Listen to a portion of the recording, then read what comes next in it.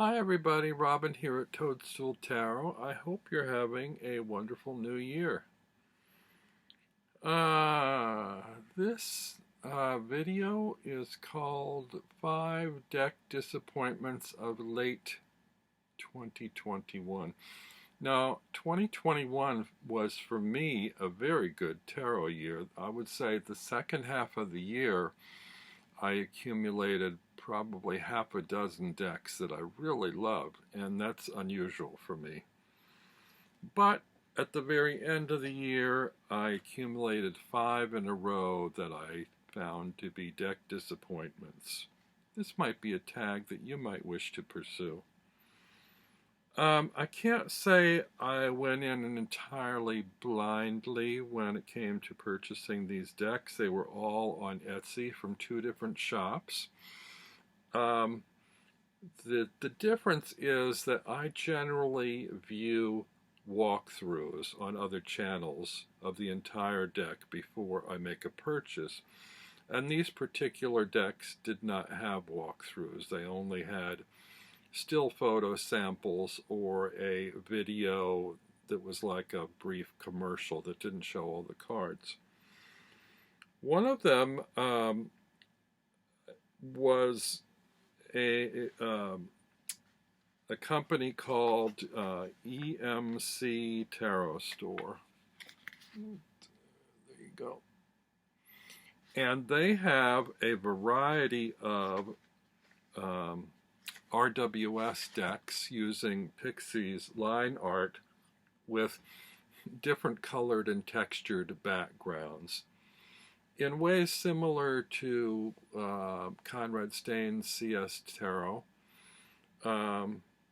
They've taken the original artwork and manipulated the backgrounds, putting textures in, patterns, so forth, and different colors. So I saw, I think, 4 or 5 different decks on there that appealed to me, and I thought, oh, it's quite a gamble to buy all of them in one fell swoop. What if they don't turn out to be to my liking? So I went ahead and I gambled on 2, just for starters. I thought if I love these, I can immediately place an order for the others. And I already did have a deck from another Etsy shop that I've forgotten the name of, which was a black and white RWS with, no, not black and white. I think it's called Diamond Flare Tarot, which has kind of a sparkly sequin type sort of background to it. And the decks at EMC Tarot Store are very similar to that one. I think that one was a little more expensive, not by very much, and the quality was really good. I assumed this would be the same. No, I also thought this was local. It turned out I believe they come from Turkey. So I ordered these 2 decks. And one of them I fell in love with. It was very different from the rest of my RWS collection. I don't know the actual name of it. I think it might be like red and gold or something. And in the images, it looked like it was sort of gold ink or gold foil stamping kind of imagery on like a ruby red or cherry candy red background. And it really stood out. It was sort of like a negative or a reversal. The gold was the line work, and then the darker color, the red, was the background, and it was textured. So anyway, I fell in love with it. I thought, oh, I'm going to try that, because I don't have any reverse tarot ones where the line art is actually lighter than the background. So I went ahead and I got it. It came in a tuck box. You know, I don't like tuck boxes. I think it was pretty reasonable. I think it was, I'm trying to remember if it was 16 or 25. I've forgotten, but you can look at the shop and see. It was reduced. I think it might have been 25. No, I'm not sure. Anyway, this is the image on the box. And I knew it was so cheap, I knew this was not going to be gold foil stamping or actual gold ink, but going to be an ink that approximated that, because these appeared to be handmade and not mass manufactured. So the cards were going to be printed on card and then laminated, similarly to, I guess, what Lisa, oh God, I'm blanking out.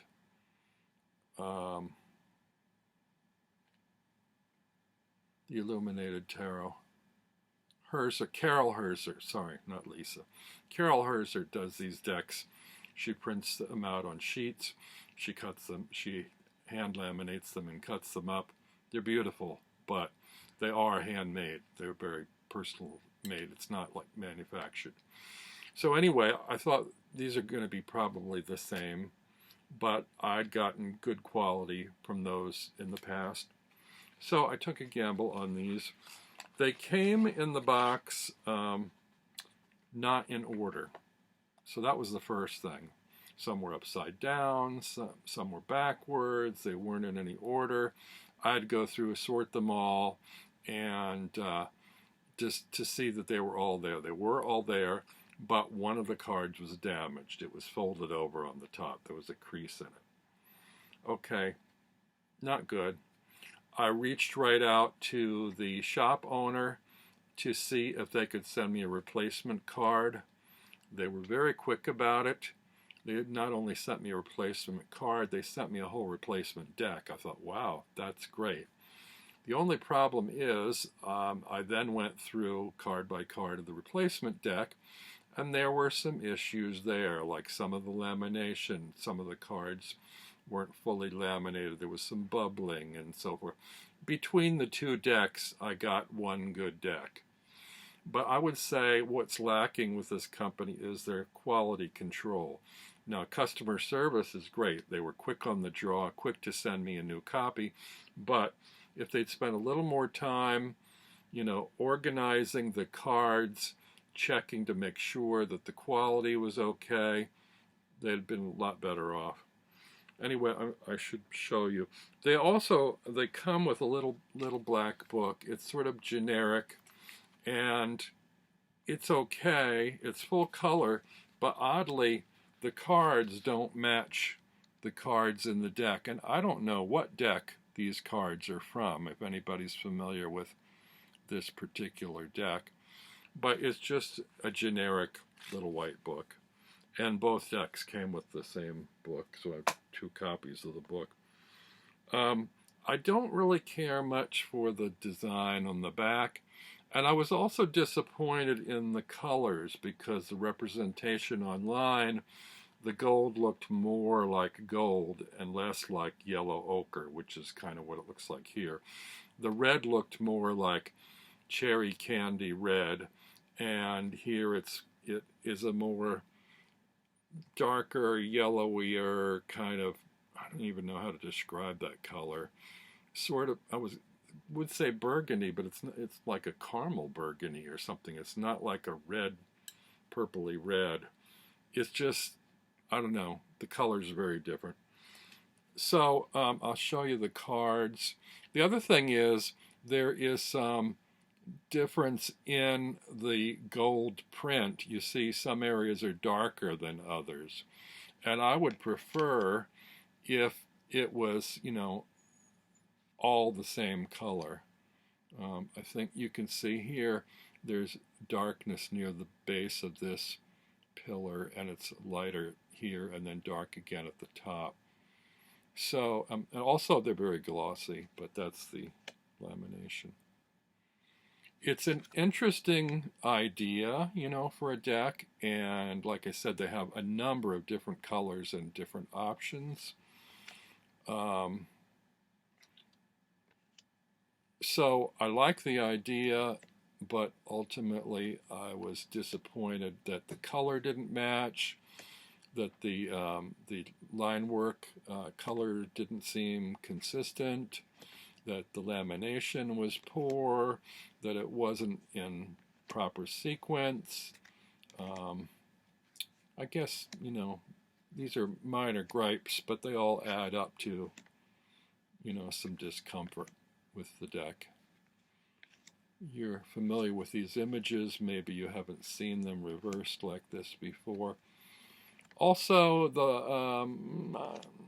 unless you're really familiar with the original art, you might have trouble with some of the busier cards because the line art tends to, I wouldn't say clump, but it's just not, you know, fine line art. It's a little, see, you know, some of the areas are a little, the lines are a little thicker or more dense, and so it might be harder to make out some of the imagery unless you have seen the images before and know what all the symbols are in the deck. So I'm just kind of quickly going through this so you can get an idea of what this deck is like. You see, this is a very busy card.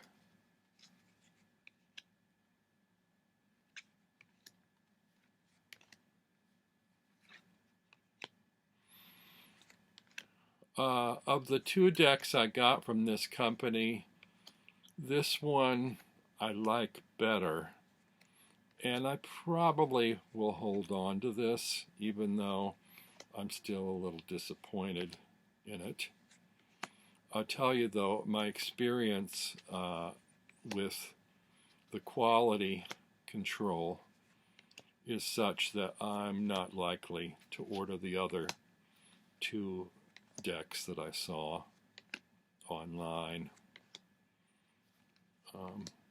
And the second of the decks from this company,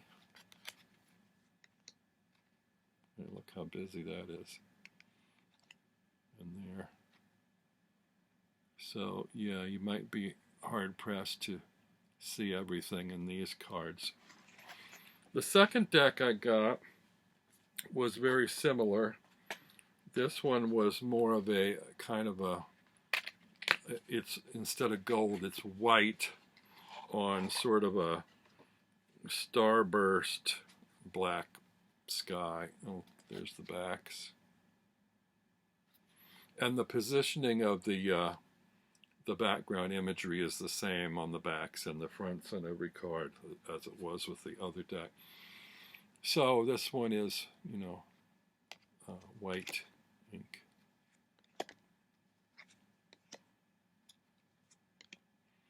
This one I'm probably not going to hang on to.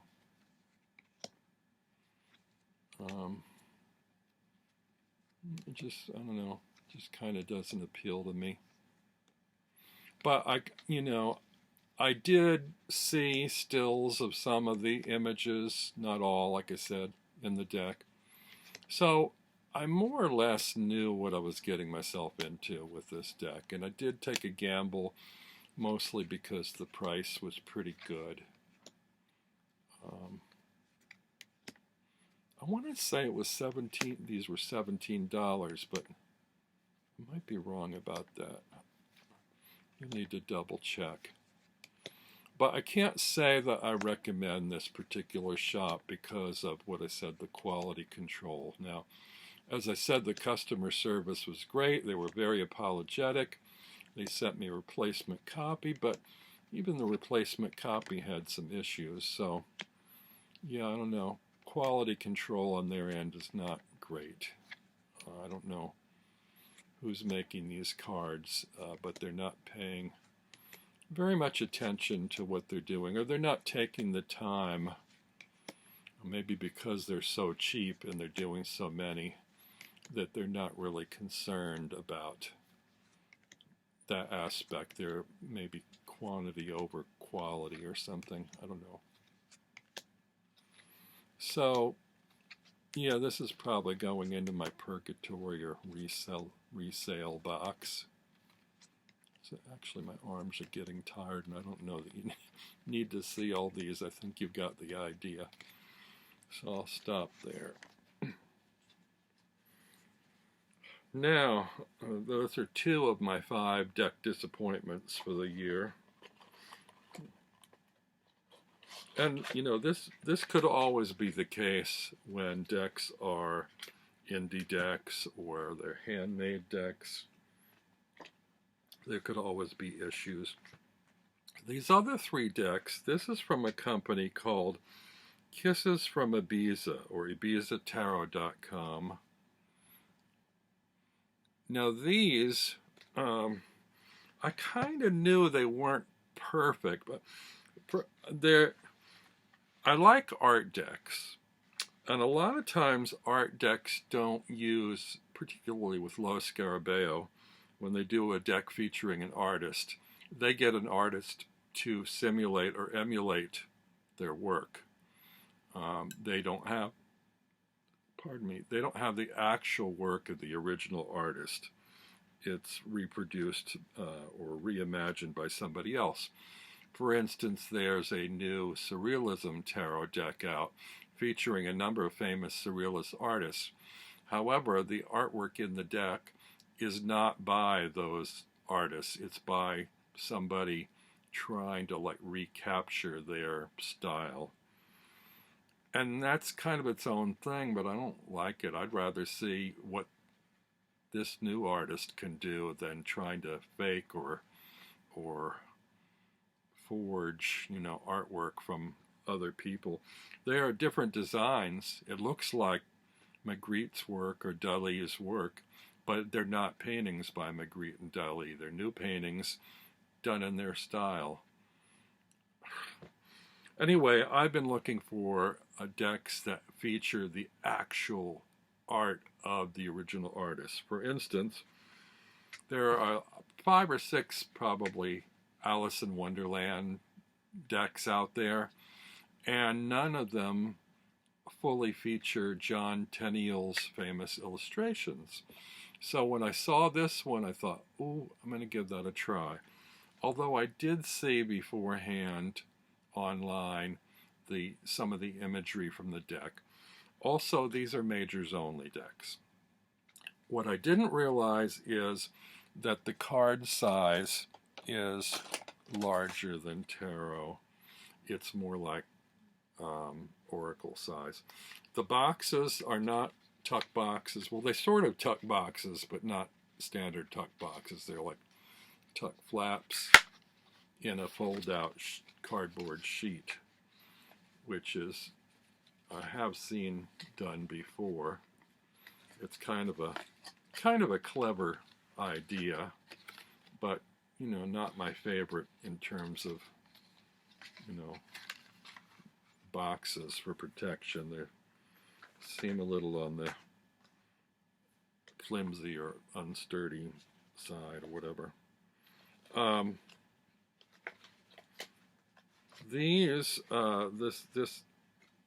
It's called Tarot in Wonderland, the Oracle of Alice. These do have the original artwork of John Tenniel, and the backs I'm not crazy about. The backs have type on them. They're in a kind of a aged parchment paper kind of material, but slick, you know. The size, here you can see the size of a regular tarot card. So they are bigger. They're more, like I said, like oracle decks. There's a nice little portrait of Sir John Tenniel, and a very brief biography on him. A little explanation on the major arcana. And then you have the 21, or I should say 22, major arcana cards.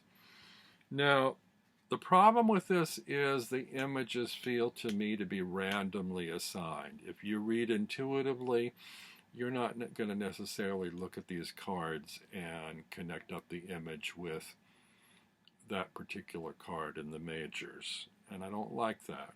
In fact, I'm checking into seeing whether I can find Tenniel's art, whether it's in the public domain or not, whether I can use it to create my own deck, because I think he did enough images between the two books, the two famous books, to be able to come up with a deck of 78, surely a deck of 22, but probably a deck of 78 where the cards intuitively relate to cards in the Rider-Waite system.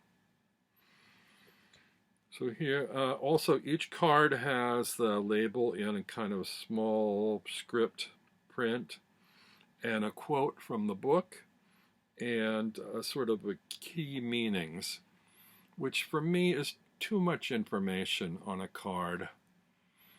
And so, I mean, this is the Fool, the Magician. So for me, the disappointment in this deck is the cards are too big. There's too much information on them.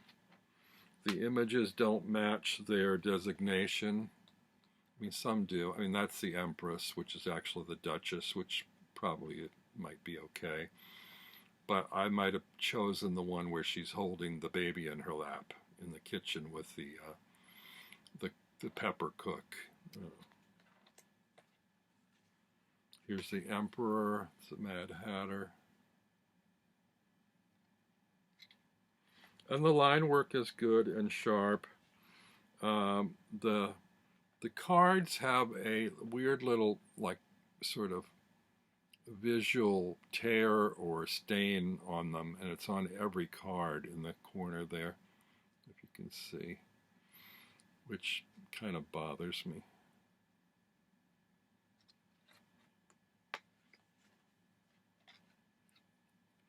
This is the Lover's card, which makes no sense to me at all. And this is the Chariot, which I'll see, the images just don't really relate. And the quotes, the Chariot, yes, that's it. It's always tea time. That's the quote. Chariot? I don't get it. Direction, control, willpower are the key words, which works for the Chariot, but I don't know, the image doesn't. This is the Strength card, huh? So, you know, there's, you know, problems, I think, with this deck.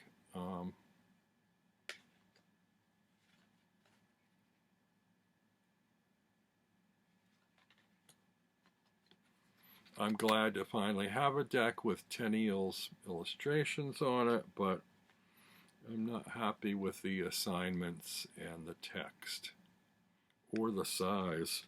I suppose I could trim the cards down to a better size, but it might be problematic. I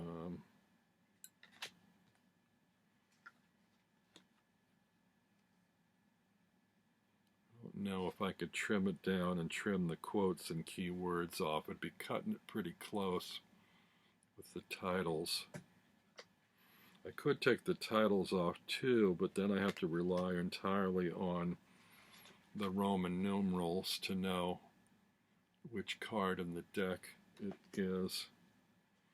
I think I'll just continue waiting and hoping, unless I create one myself, for a better version of a John Tenniel illustrated Alice Tarot.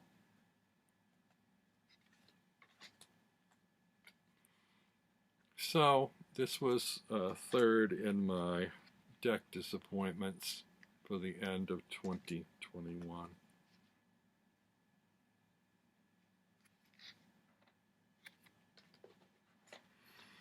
Next, I think I mentioned I've also been interested in the art of Surrealist, and one of my favorites is De Chirico.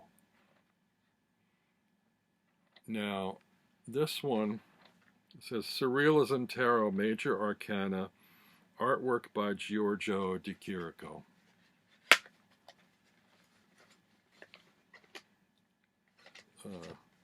This one, the box opens up and you have an illustration. Oops, it's upside down. An illustration of one of his paintings.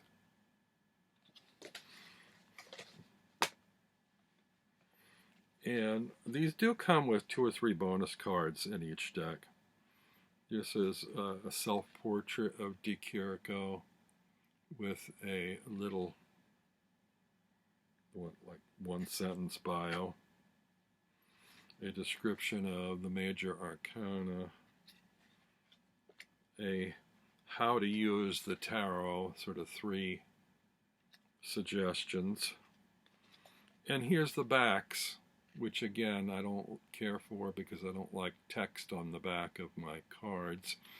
And why didn't they call this the De Chirico Tarot? Why did they call it the Surrealism Tarot? Because it's only artwork by one surrealist.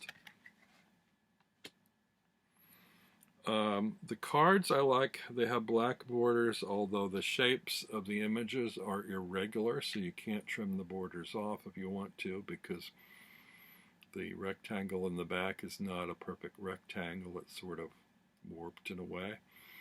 The name is pretty legible in gold lettering at the top, or sort of orangey yellow lettering.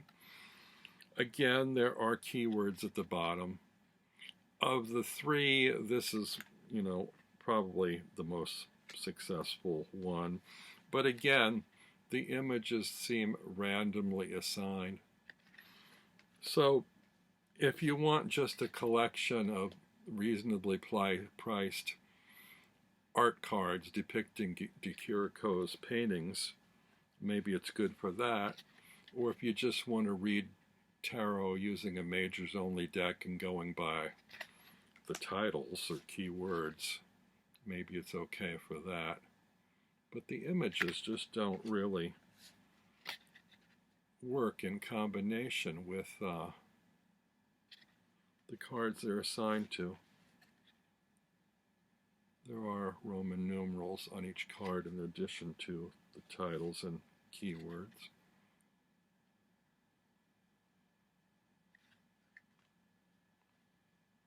Here's strength. That one sort of works.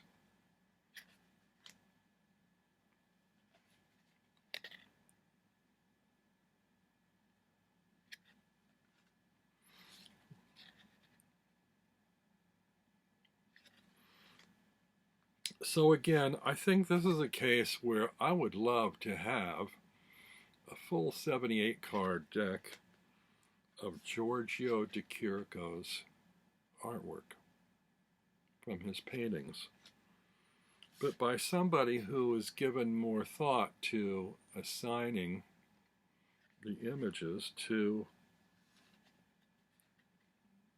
their properly designated cards.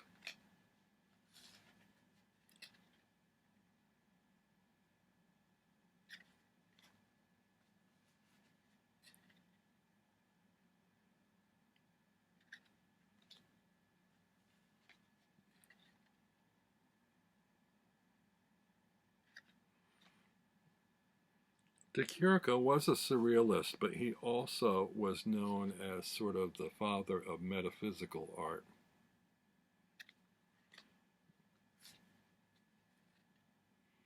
And I think these might be better designated as the metaphysical tarot than the surrealist tarot.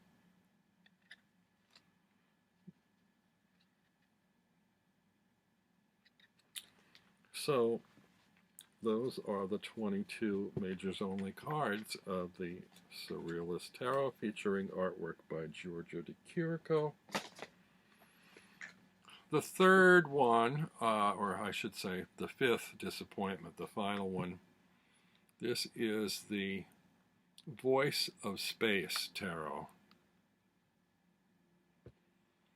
This should be called the Rene Magritte Tarot because all the artwork is by Belgian surrealist Rene Magritte.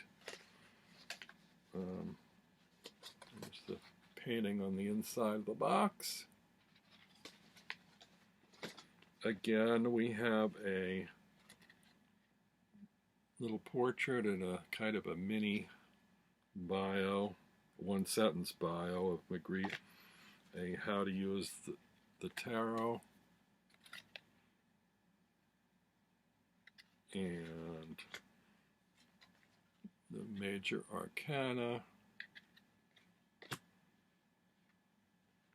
And we have here numbers, images, a bold label, and sort of little description. So here the Fool and the statement, "You are at the beginning of a new spiritual journey which will lead you on to great things." They also have here in the corner the title of the painting that they are from, which is a nice touch.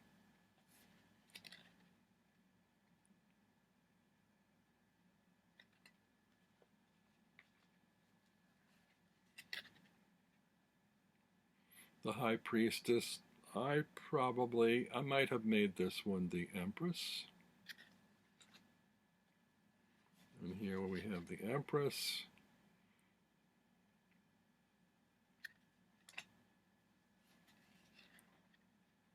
The Emperor.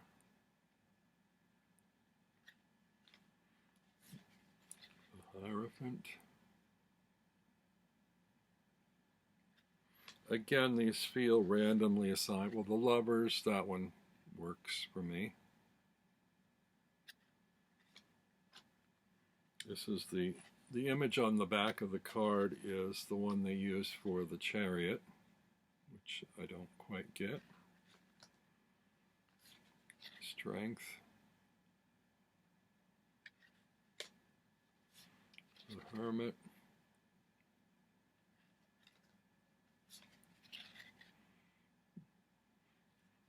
So, I'm not saying these are awful, bad cards. They just were a disappointment to me. I had greater expectations for the cards. I knew that the text on them was going to be a problem for me because I had seen that beforehand. I didn't pay attention to check on the size of the cards.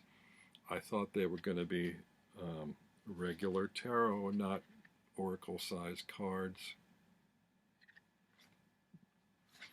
I don't know whether I'm going to be able to use these decks or just, hold on to them as collectible art decks.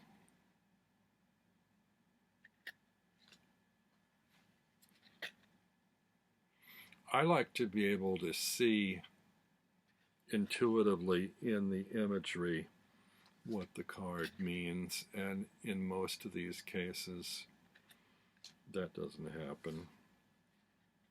That's a Judgment card. And the World. So I thought you might like to see those. This is in lieu of 5 walkthroughs, which I would normally have done had I been very pleased with these purchases. But again, these are my deck disappointments for late 2021. And I partially only have myself to blame for these choices, for not doing a due diligence and doing a little more investigation before buying them. They weren't that expensive. I'm trying to think if I think I might have got all 5 decks for around $100. So that's not too awful, but considering I may not use them, I don't know, it's probably a waste of my money. And considering I had such great luck earlier in the year with some lovely decks that you can check out on my year-end top 10 favorites and year's end honorable mention roundup, 2 different videos.